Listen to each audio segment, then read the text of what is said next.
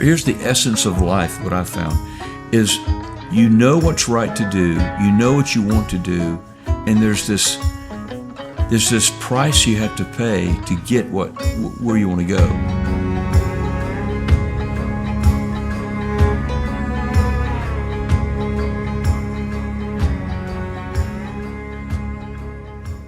So there's a lot of misconception about comfort these days, and what is comfort? Comfort versus rest. How do we blend the two in?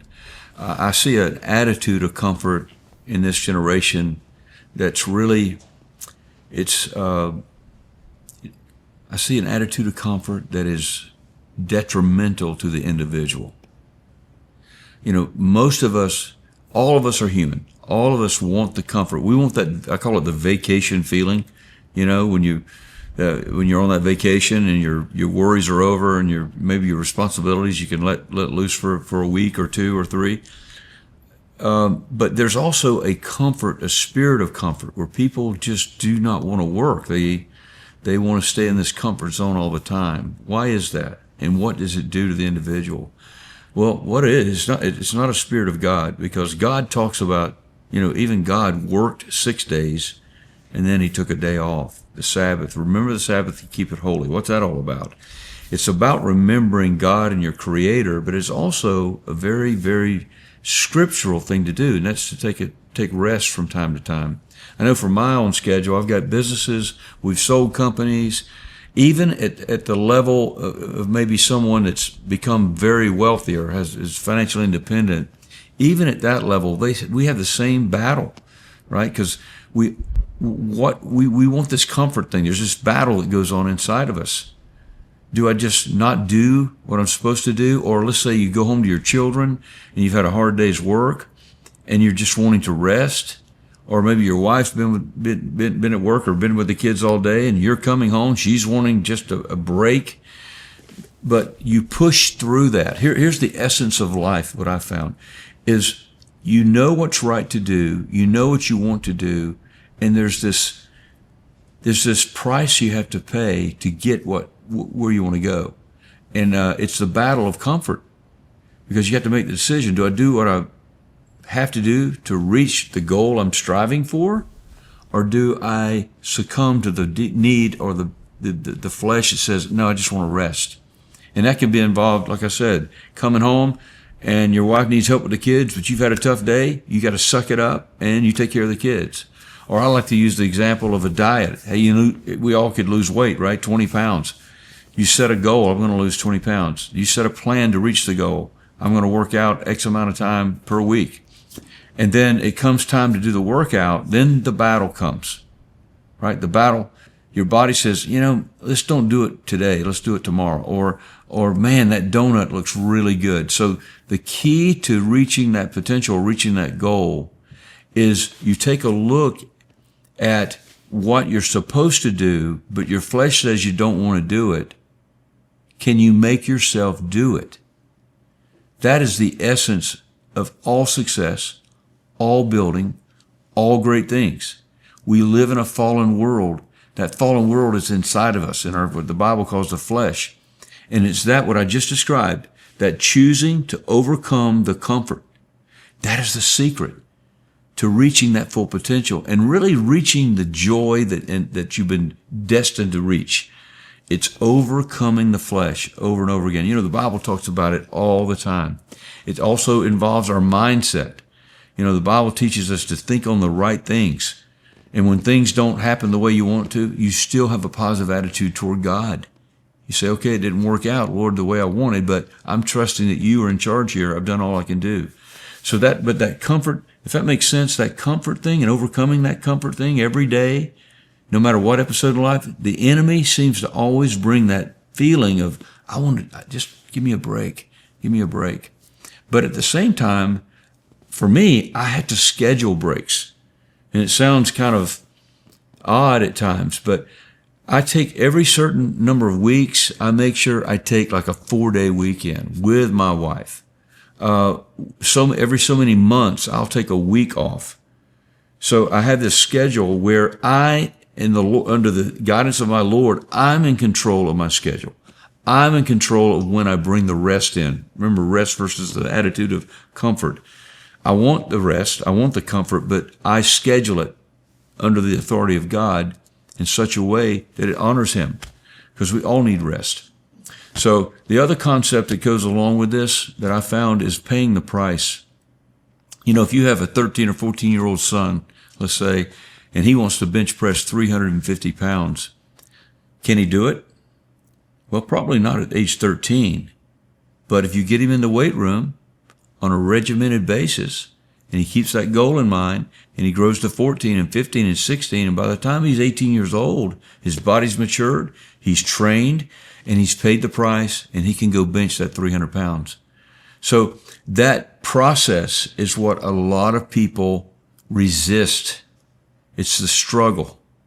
And I'm telling you, to reach your full potential, you've got to change your mindset on that. The struggle, embrace the struggle.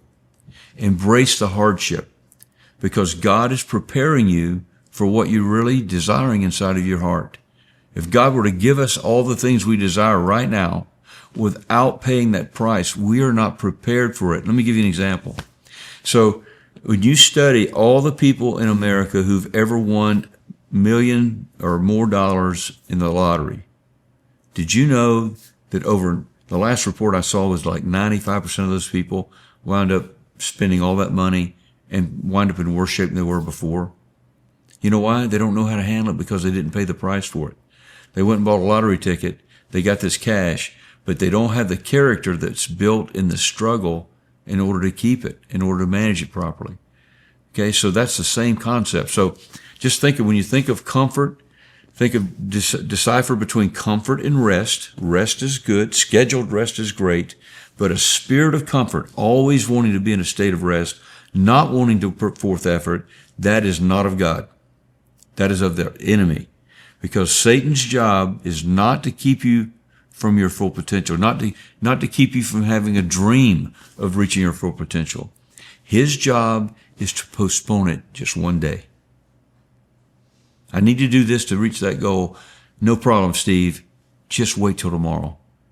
Satan wants to run your clock out, because we all have a certain amount of time on earth, right? The time you're born, here's the time you die, and in between the dash on your cemetery, on your headstone, is your life. And Satan just wants to run your clock out so he can go to somebody else and work on them. Does that make sense? So your job, so that you maximize your dash, is to make sure you have the grit to overcome that spirit of desire of comfort. That's the key. And you can do that by having a goal that you've submitted to the Lord, and you get up every day. I write my goals down. If you look at my pickup truck outside right now, you'll see my goals listed out. I journal every day. For the last 30 years, I journal. I set what I feel like God's laid on my heart to accomplish. And every day I look at those goals. Every night when I lay down, I look at those goals. If you will do that, that will help you overcome that spirit of comfort. I want to rest, but I've got to get this done. Another thing I've tried to do, I write down, okay, what's the top 5 things I need to do today? And this happens at 5 in the morning, guys. At 5 in the morning, you got to pay a price. 5 in the morning, I got my Bible, I got my cup of coffee, I've got my calendar, and I've got my journal, and I've got my 5 goals for the day. And then at the end of that day, or the next morning when I do that again, I review that day. Okay, I only got 3 out of the 5 done. I take the 2 that I didn't get done, put them on the next day. And every day it's a regimen. It's a discipline. And when you're focused on that, there's something that happens in your spirit. They call it your subconscious mind. I call it your spirit. But things happen. God begins working with you because you are paying that price to reach that goal. And I don't know if that makes any sense for you, but that's how it happened with me. And I can tell you, one day we'll get on a program, I can tell you my whole story, but that is a key element in reaching your full potential as a human being, is identifying rest versus comfort, and then you overcome the spirit of comfort with your willpower based on your purpose, your goals that you set, and then making yourself do the right thing at the right time. So let me wrap this up. So if any of this we talked about triggers any thought or desire inside of you, but you don't know your next steps or what to do, click the link below. This is what CDF Business Network is all about. We teach these type of concepts, spiritual concepts, biblical concepts on how to be successful entrepreneurs. So click the link below and let's start a conversation together. What if I told you the world doesn't need more noise? It needs more truth. What if I told you freedom isn't guaranteed? It's guarded by men who still believe in something higher than themselves. I'm Steve Maxwell, entrepreneur, husband, father, and co-founder of Citizens Defending Freedom. I travel the country calling men to rise, lead with faith, and stand firm for what's right. This isn't about politics. It's about purpose. Can't fight the temptation when you get the vibration. Won't do nothing.